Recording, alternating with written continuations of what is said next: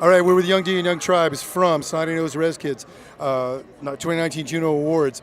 One of the things I really appreciate on this Snotty Nose Rez Kids album is that you can move from this sort of daily life stuff like Indian Car and like Fish and Rice to much heavier stuff like and more sort of conscious stuff at the same time, giving us a whole picture of life. Can you talk a little bit about your songwriting process and how you do that? Yeah, well, like just there's a lot to us, you know, like we're really complex people, and a lot of things that we're going through.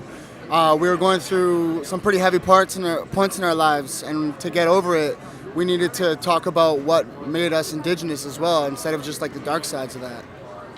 And even in those songs that are a little more light about like Fish and Rice, Indian Car, that stuff, there's a real sort of reclaiming of that stuff in terms of like, this is our culture and we're proud of it. Yeah, definitely. You know, we just wanted to show like it's not always bad. You know, like we know how to be happy too. We know how to love too, and right again, like a sense of humor too, right? Like so. And just to add to like Fish and Rice and stuff like that, like that's a staple for us growing up. So like when we talk about land, we talk about identity. So when you talk about Snotty Nose Rez Kids, we can't put out like Fish and Rice and the things that we grew up on, right? For sure. It's the thing too is that you're not only even the name of the band, Snotty Nose Rez Kids, and reclaiming stuff like Savages or Redskins. That's like you can't use that word. We can because we're proud of it. Yeah.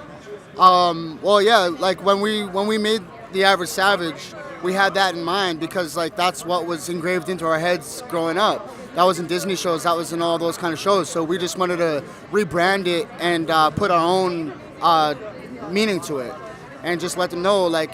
Yeah, they called us savages and stuff like that, but we wanted to show them why we are what we are and who we actually are, and really like put a new meaning to savages and stuff like that.